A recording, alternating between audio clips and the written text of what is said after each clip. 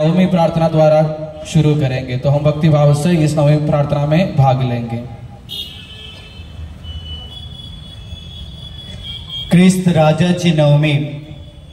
हे ख्रिस्ता, तुझे दान देऊन आमची बुद्धी प्रदीप्त कर, आमच्या मनाला स्फूर्ती दे, आम्हास विश्वासात सदृढ कर, स्वर्ग राज्याबद्दलची आशा देऊन आम्हा स्वर्गाकडे ने, आमच्या हृदयात दिव्य प्रेमाची ज्योत पेटव, एकमेकावर प्रेम करावियास आम्हाला शिकव। प्रभू येशूच्या अभिवचनाप्रमाणे तू येऊन आम्हास पापाबद्दल, नीतिमत्वेबद्दल आणि न्याय निवाड्याबद्दल ज्ञान दे। पाप मार्ग सोडून पवित्र जीवन जगायला आम्हास कृपा दे। आम्ही सर्व उत्तर द्यावे, हे प्रभू आम्हावर पवित्र आत्म्याला पाठवून दे। हे प्रभू आम्हावर पवित्र आत्म्याला पाठवून दे। आपण सर्व विश्वासाने आणि प्रेमाने प्रतिज्ञा बाळगून म्हणूया, हे प्रभू आम्हावर पवित्र आत्म्याला पाठवून दे। हे प्रभू आम्हाला पवित्र आत्म्याला पाठवून दे। हे प्रभू, तू म्हणालास, मी पृथ्वीवर आग पेटवण्यासाठी आलो आहे।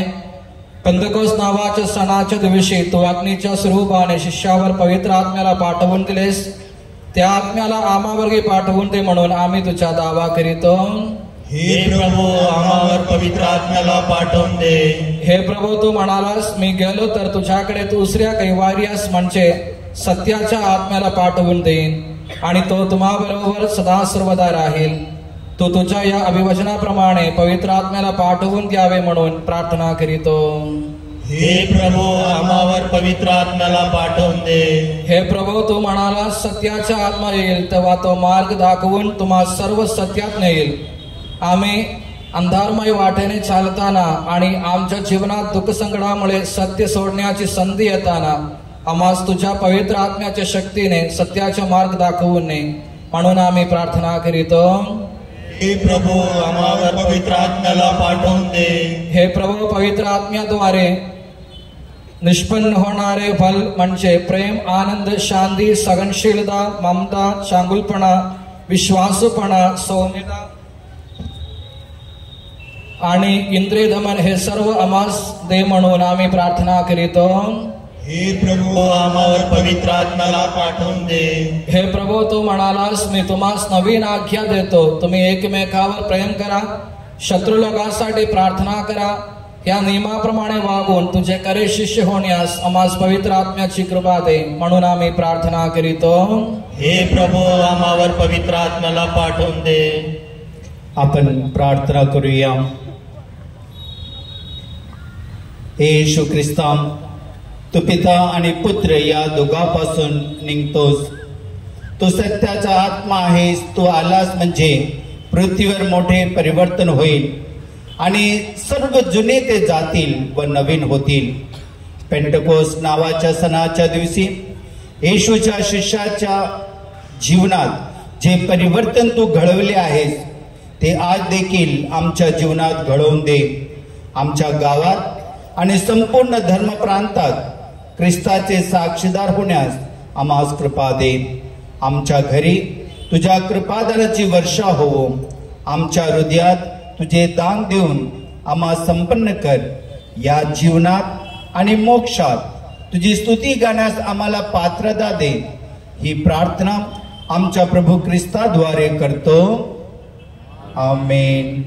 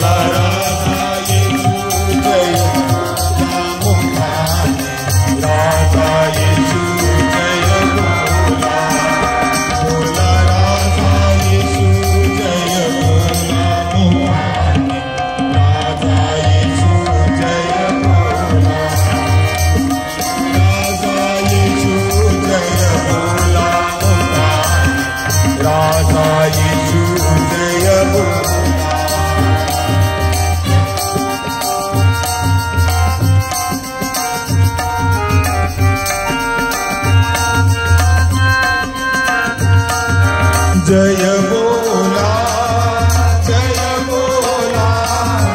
येशू प्रभूला जय बोला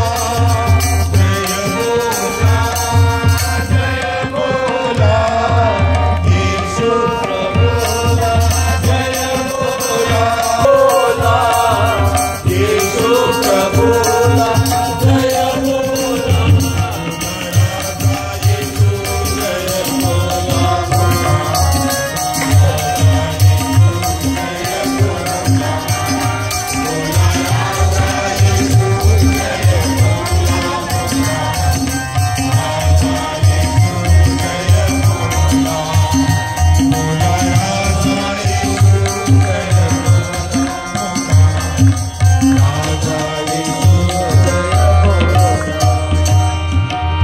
सबको यीशु। और एक बार आप सभी को इस पर्व की हार्दिक शुभकामनाएं देते हैं। तो आज हम हमारा मध्यस्थ राजाओं का राजा प्रभुओं का प्रभु ईसा मसीह का पर्व मनाते समय प्रभु ईसा मसीह के बारे में, क्रिस्त राजा के बारे में हमारा संदेश देने के लिए आज हमारे साथ हैं फादर पीटर अभी भद्रावती सुमथाना पारिश में वहाँ विकर के रूप में, पारिश प्रीस्ट के रूप में काम कर रहे हैं। तो जब हम फादर को निमंत्रण दिया, हमारा पर्व है तो हमको संदेश देने के लिए आना है, तो फादर जी ने खुशी से हमारा निमंत्रण को स्वीकार किया और आज हमको एक संदेश देने के लिए, क्रिस्त राजा के बारे में हमको बताने के लिए आज फादर जी हमारे साथ हैं। तो विशेष रूप से हम जोरदार से ताली बजाते हुए फादर जी को हमारे बीच स्वागत करेंगे।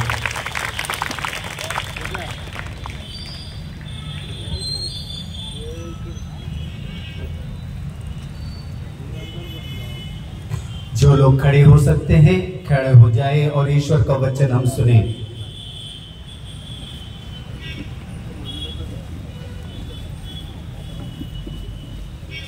योहानाचे शुभवर्तमान अध्याय 18 वाक्य 28 पासून। नंतर त्यांनी येशूला कैफाकडून सरकारवाड्यात नेले। तेव्हा सकाळ होती आणि आपणास विटाळ होऊ नये वल्हाणाचे भोजन करिता यावे म्हणून ते स्वतः सरकारवाड्यात गेले नाहीत। यास्तव पिलात त्यांच्याकडे बाहेर येऊन म्हणाला, तुम्ही या माणसावर काय आरोप ठेवता? त्यांनी त्याला उत्तर दिले, तो दुष्कर्मी नसता तर आम्ही त्याला आपल्या स्वाधीन केले नसते। पिलाताने त्याला म्हटले, त्याला नेऊन तुम्हीच आपल्या नियमशास्त्राप्रमाणे त्याचा न्याय करा। यहुदी त्याला म्हणाले, आम्हाला कोणाचा जीव घेण्याचा अधिकार नाही आणि आपण कोणत्या मरणाने मरणार हे सुचविताना येशूने जे वचन सांगितले होते ते पूर्ण व्हावे म्हणून असे झाले। तेव्हा पिलात पुन्हा सरकारवाड्यात गेला आणि येशूला बोलावून म्हणाला, तू यहुद्याचा राजा आहेस काय? येशूने उत्तर दिले, आपण स्वतःहून हे म्हणता किंवा दुसऱ्याने आपणाला माझ्याविषयी सांगितले? पिलाताने उत्तर दिले, मी यहुदी आहे काय? तुझ्याच लोकांनी व मुख्य याजकांनी तुला माझ्या स्वाधीन केले, तू काय केले आहेस? येशूने उत्तर दिले, माझे राज्य या जगाचे नाही। माझे राज्य या जगाचे असते तर मी यहुद्याच्या स्वाधीन केला जाऊ नये म्हणून माझ्या सेवकांनी लढाई केली असती, परंतु आता माझे राज्य इथले नाही। यावरून पिलात त्यांना म्हणाला, तर तू राजा आहेस काय? येशूने उत्तर दिले, मी राजा आहे असे आपण म्हणता। मी यासाठी जन्मलो आहे व यासाठी जगात आलो आहे की मी सत्याविषयी साक्ष द्यावी। जो कोणी सत्याचा आहे तो माझी वाणी ऐकतो। पिलात त्याला म्हणाला, सत्य काय आहे? हे प्रभूचे वचन आहे। कृपया शांततेने बसावं।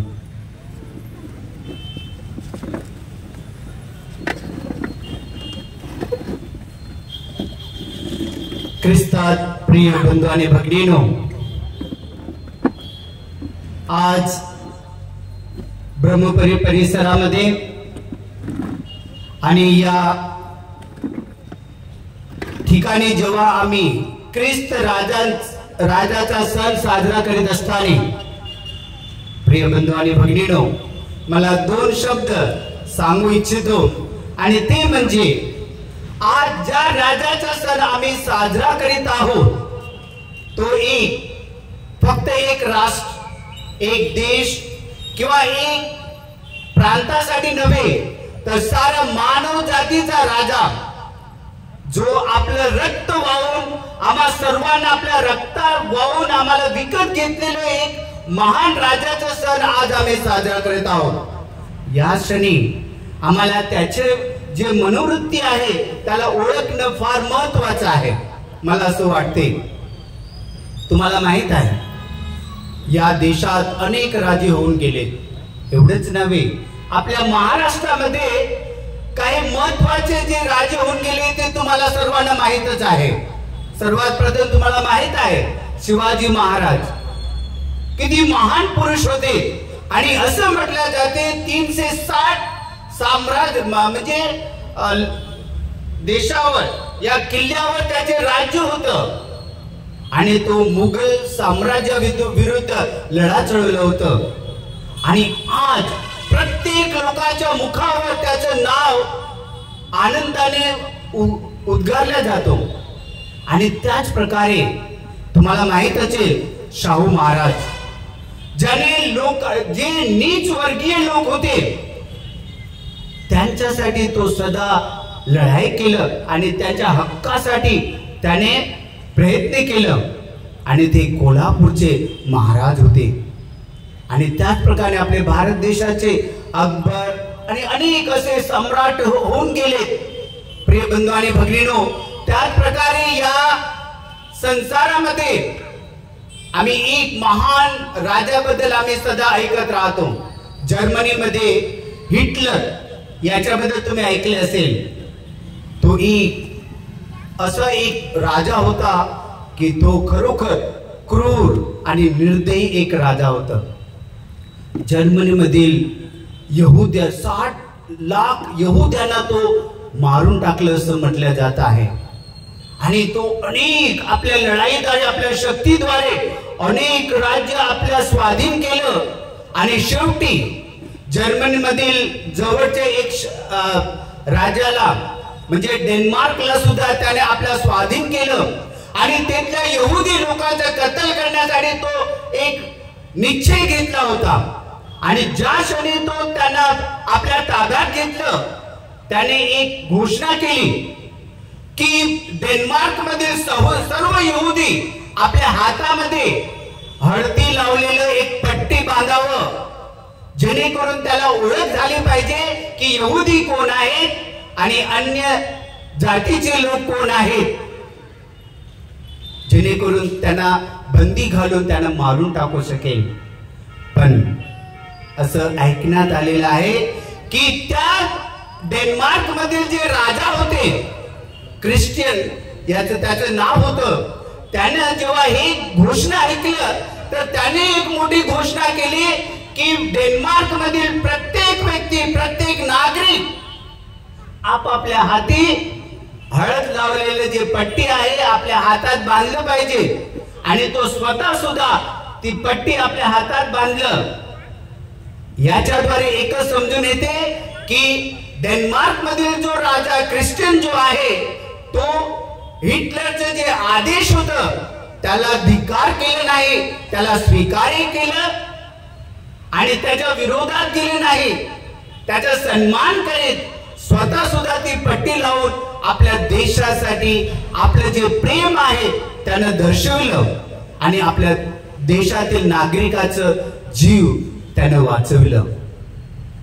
प्रिय बंधू आणि भगिनीनो, आज जेव्हा आम्ही एक त्या महान राजाबद्दल, राजाचा राजा प्रभू येशू ख्रिस्त प्रगटीकरणामध्ये आम्ही ऐकत राहतो सदा, तो फक्त राजाचा राजा प्रभू येशू ख्रिस्तच नव्हे, या साऱ्या संसाराचा राजा आहे। त्याच्याबद्दल जेव्हा आम्ही ऐकत असताना अनेक गोष्टी आम्हाला माहित आहे की त्याच्या जन्माच्या अगोदर असं म्हटलं जाते 700 वर्षाच्या अगोदर त्याच्या जन्माची काय भविष्यवाणी करण्यात आली होती।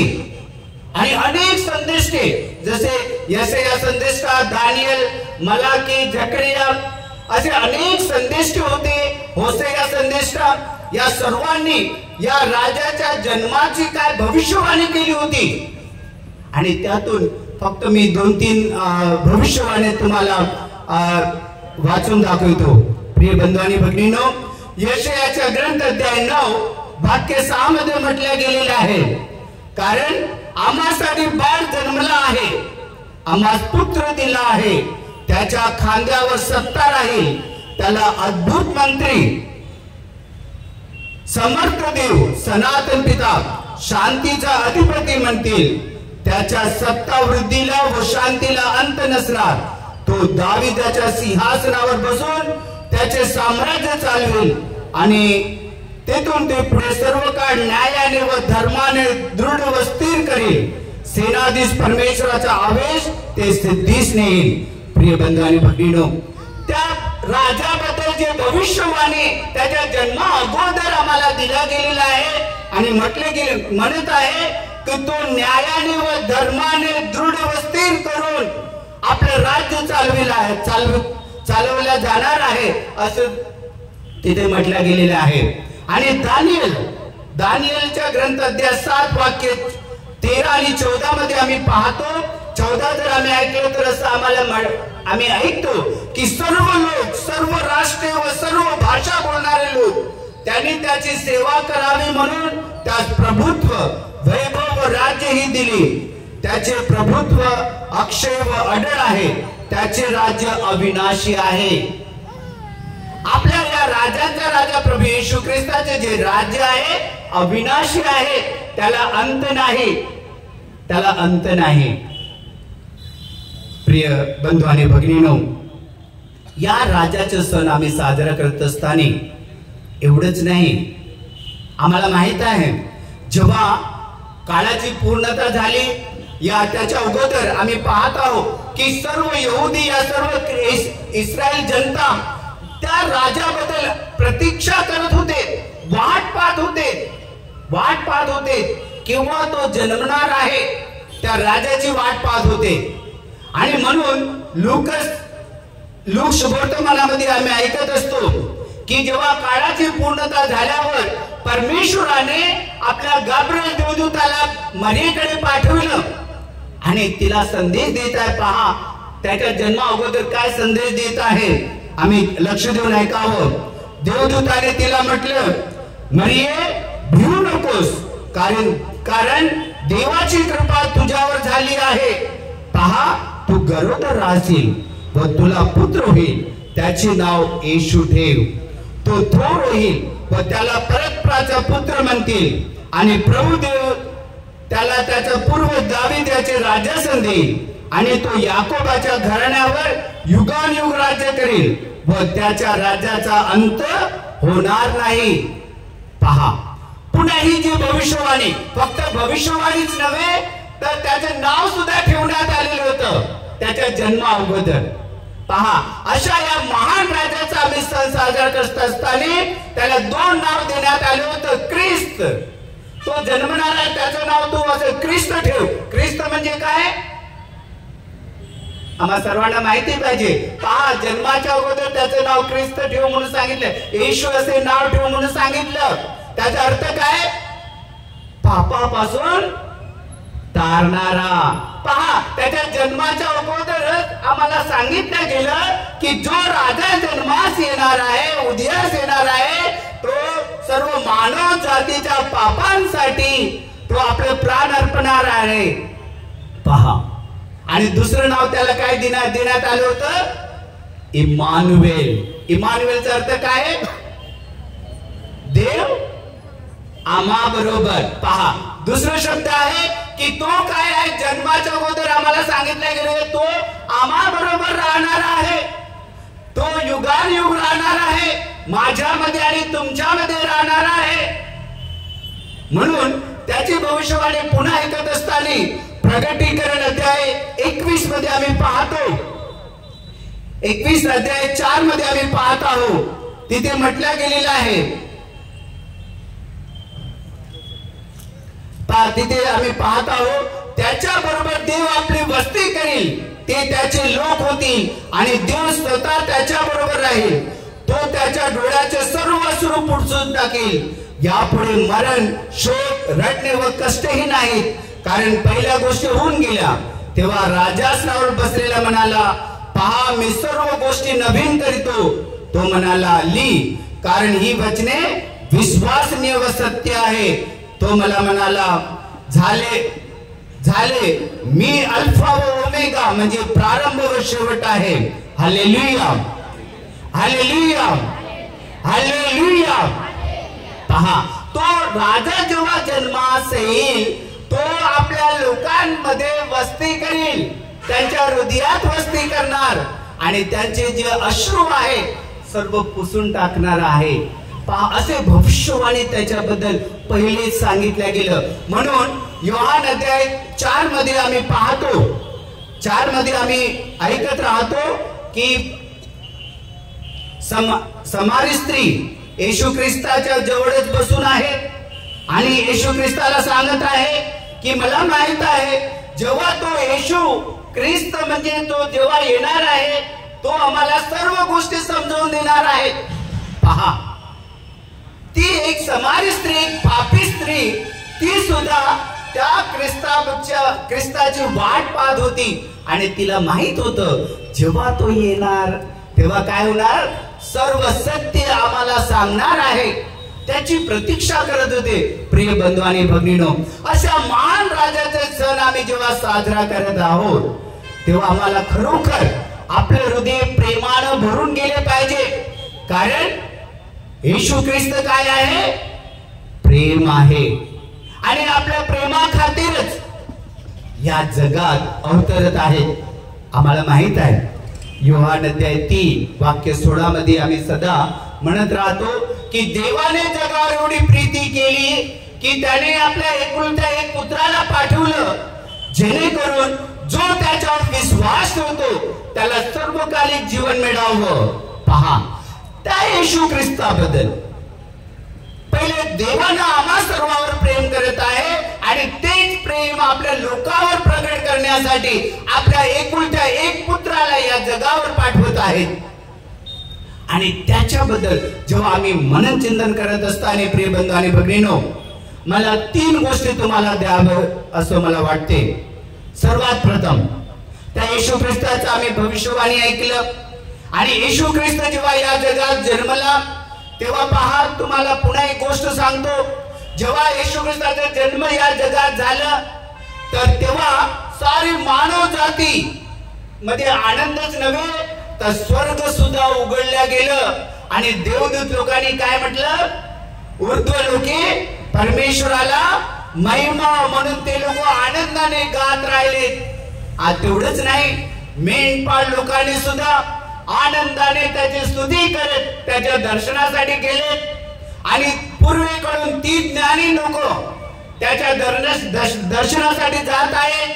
कारण की त्याला माहित होतं की राजांचा राजा जन्मलेला आहे आणि त्याच्या जवळ जाऊन सोने, ऊद आणि गंधरस त्याला अर्पल्या जात आहे आणि ही एक चिन्ह आहे, त्या राजाचे एक महानतेचे एक चिन्ह आहे. प्रिय बंधू आणि भगिनीनो, आणि त्या राजाबद्दल आम्ही मनन चिंतन करत असताना मला 3 गोष्टी सांगू इच्छितो. ते म्हणजे सर्वात प्रथम, तो महान राजा जेव्हा त्याला पकडण्यात आलं, त्याला सर्व काही दोषी ठरवण्यात आलं, तर सर्वात प्रथम ते एक निष्पाप, निष्कलंक, पवित्र असा एक राजा, त्याला काय केलं, लोकांच्या मधामध्ये त्याला उभं करण्यात आलं आणि सर्व लोक त्याला काय केले, सर्व लोक त्याला अक्यूज याने त्याला दोष लावले. आणि आम्ही ऐकलं आणि लोक म्हणत आहे, आज आम्ही आजच्या वाचनामध्ये आम्ही ऐकलं होतं, हालेलुया, हालेलुया, हालेलुया. तर लोक त्याला म्हणत आहे, तो दुष्कर्मी नसता तर आम्ही त्याला आपल्या स्वाधीन केला नसते. पहा, तो निष्कलंक, निष्पाप व्यक्तीला लोक दोष लावत आहेत. अक्युसेशन आहे, अक्युसेशन, दोष लावत आहेत. सर्व लोक पाहत आहेत, त्याच्या आजूबाजूने लोक होते. तुम्हाला माहित असेल, जेव्हा त्याचे वचन ऐकण्यासाठी भीडच्या भीड त्याच्या मागे वचन ऐकण्यासाठी जात होते. अनेक लोकांना चंगाई आणि चमत्कार, अनेक लोकांना ते अनेक लोक त्यांच्याकडून अनेक चमत्कार अनुभवले. अनेक रोगापासून त्यांना मुक्ती मिळाली. मृत्यू लोकांना नवजीवन मिळालं. आणि त्याच राजाला जेव्हा पकडण्यात आलं, फक्त किती रुपयासाठी? 30 चांदीच्या सिक्क्यासाठी त्याला विकण्यात आलं. आणि जेव्हा तो लोकांपुढे आणि पिलातापुढे उभा आहे, तर लोक त्याला दोष लावतात, याला काय करा? वधस्तंभावर खिडा, याला वधस्तंभावर खिडा. आणि कोणाला सोडा? बरबसला सोडा, जो काय होतं? एक चोर आणि लुटारू होतं.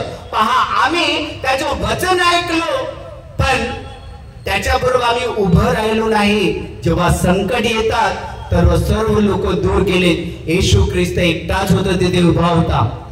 पहा, तो राजांचा राजा, प्रभूंचा प्रभू, त्याला दोष लावण्यात आले. एवढंच नाही तर सर्व लोक, तिथले जे शास्त्री लोक होते, सर्व लोक त्याला म्हणत आहेत, अरे तू स्वतःला राजा म्हणलास, तू आता स्वतःला वाचव. पहा, तू स्वतःला वाचव. त्याला पुन्हा दोष लावतात, तू स्वतःला वाचव म्हणजे सेल्फिशनेस, म्हणजे तू आम्हाला नको वाचव. तू फक्त पहिले काय कर? लोकांना. तू स्वतःला वाचवून घे. तू स्वतःला राजा बनवलास, तू आता स्वतःला वाचवून घे. आता तू क्रूसावर मरत आहे. आणि तू पुन्हा कोणामध्ये? 2 डाकूच्या मधामध्ये त्याला खेळण्यात आलं. आणि म्हणत आहे तू राज. पहा, त्याला दोष लावत आहेत, स्वतःला वाचव. त्या क्षणी सुद्धा येशू ख्रिस्त शांततेने फक्त ऐकत राहिलं. नम्रतेने त्यांच्या पुढे उभं होतं. नम्रतेने उभं होतं. किती महान तो राजा असेल, किती महान तो राजा असेल. थोडं विचार करण्यालायक आहे. विचार करण्यालायक आहे. तो कुणाला दोषी नाही ठरवलं. स्वतःला तो स्वीकार करत होता. जे काही लोक म्हणत त्याच्यावर एवढे म्हणल्यानंतर त्याच्यावर थुकण्यात आलं. एवढंच नाही, त्याला 40 फटक्याचे मार त्याने सहन करावं लागलं. तरी पण कोणाला धमकी दिलं नाही, कोणाला उलट बोललं नाही. उलट बोललं नाही तर त्याने काय केलं? त्यांना क्षमा केलं. त्या क्रूसावर मरत असताना त्या लोकांना म्हणत आहे, हे देवा तू यांना क्षमा कर, यांना माहित नाही की ते काय करत आहेत. पहा, हा असा एक महान राजा आहे, त्याचा आम्ही आज सण साजरा करत आहोत. तर आपलं हृदय कसं असलं पाहिजे? आम्ही कुठं आहोत? आम्ही कुठं आहोत? आम्ही सुद्धा त्या लोकांमध्ये आहोत की आम्ही त्या येशू ख्रिस्ता बरोबर आहोत? आज लोक सुद्धा आम्हाला म्हणणार, तुम्ही ख्रिस्ती लोक आहेत. वा, तुम्ही ख्रिस्ती लोक आहेत, वा शहाणे आहेत. हे तर बाहेरचे देशातले धर्म आहेत आणि तुम्ही ख्रिस्ती लोक आहेत. आणि तुम्ही हो का? नंतर काही लोक आहेत त्यांच्या बरोबर भीड मध्ये निघून जातात. पण आम्ही कुठं राहणार? आम्ही सुद्धा जेव्हा आम्हाला जेव्हा दोष लावण्यात येते तेव्हा आम्ही कुठं उभं राहत आहोत? जरा विचार करावा लागेल. जरा विचार करावा लागेल. पण तुम्हाला माहित आहे, सत्याचं विजय सदा निश्चित आहे. सत्याचा विजय सदा निश्चित आहे. प्रिय बंधू आणि भगिनीनो, म्हणून येशू ख्रिस्त शांततेने तिथे उभा आहे. आणि दुसरी गोष्ट समजण्यासाठी आहे सहमती. सर्व लोक सहमती देत आहेत आणि येशू ख्रिस्ताने म्हणतात, तू राजा आहेस काय? आणि येशू ख्रिस्ताने म्हटलं, हा मी राजा आहे. हे तुम्ही म्हणत आहे आणि हे खरं आहे, खरं आहे. पण येशू ख्रिस्त म्हटलं, माझे राज्य या जगाचे नाही. मग येशूचं राज्य मग काय आहे? मग येशू म्हणत आहे, माझे राज्य या जगाचे नाही. तर म्हणजे येशू ख्रिस्ताचं राज्य काय आहे? मग काय राज्य आहे? आम्ही ऐकत असतो येशू ख्रिस्ताचे राज्य काय आहे. येशू ख्रिस्ताने जेव्हा शुभवर्तमान सुरुवात केलं तर येशू ख्रिस्त मत्ती शुभवर्तमान मार्क शुभवर्तमानामध्ये आम्ही ऐकतो की येशू ख्रिस्ताने म्हटलं, पश्चाताप करा, स्वर्गाचे राज्य जवळ आलेले आहे. पश्चाताप पापासाठी असते, पण स्वर्ग राज्य काय आहे? पश्चाताप केल्याने आम्हाला काय मिळते? आनंद, शांती, क्षमा सर्व काही आम्हाला मिळते मनामध्ये आणि आपल्या कुटुंबामध्ये प्रिय बंधू आणि भगिनीनो. आणि स्वर्गाचे राज्य हेच आहे. रोमकारास पत्र अध्याय 14 वाक्य 17 मध्ये लिहिलेलं आहे. स्वर्गाचे राज्य खाण्यापिण्यामध्ये नव्हे तर नीतिमत्व, न्याय आणि पवित्र आत्माद्वारे मिळणाऱ्या शांतीमध्ये आहे प्रिय बंधू आणि भगिनीनो. आणि हेच आहे स्वर्ग राज्य ज्या लोकांमध्ये. म्हणून आम्ही सर्व लहानपणापासून म्हणतो जेथे प्रेम या शांती तेथे देवाची वस्ती असते. आणि तेच स्थापन करण्यासाठी आपला प्रार्थांचा राजा प्रभू येशू ख्रिस्त आपल्या सर्वांच्या पुढे उभा आहे. आणि तो वैभवाने आज फक्त लोकांच्या पुढे शांतीचे एक चिन्ह, प्रेमाचे एक चिन्ह आपल्या पुढे उभा आहे. आणि खरोखर आम्ही सुद्धा प्रेमाने त्याच्याकडे गेलं पाहिजे. आणि तिसरी गोष्ट आहे सत्य. सत्य आम्हाला समजून येत आहे. आणि सत्य काय आहे? येशू ख्रिस्ताने म्हटलं मी माझे राज्य जगाचे नाही. आणि मी येशू ख्रिस्ताने म्हटलं मी यासाठी जन्मलो आणि यासाठी जगात आलो आहे की मी सत्याविषयी साक्ष द्यावी. जो कोणी सत्याचा आहे तो माझी वाणी ऐकतो. पहा, सत्याच्या विषयी साक्ष देण्यासाठी तो या जगात आलेला आहे. त्यासाठी कोणापुढे तो झुकला नाही. त्याला माहित होतं या संसारामध्ये सर्व लोक आपल्या अधिकारासाठी झटत आहेत. अधिकार, अधिकार, मीपणा, हे जे मीपणा आहे हे सर्व आम्हाला नाशाकडे जात आहे आणि अविश्वासामध्ये आम्हाला जखडल्या जात आहे.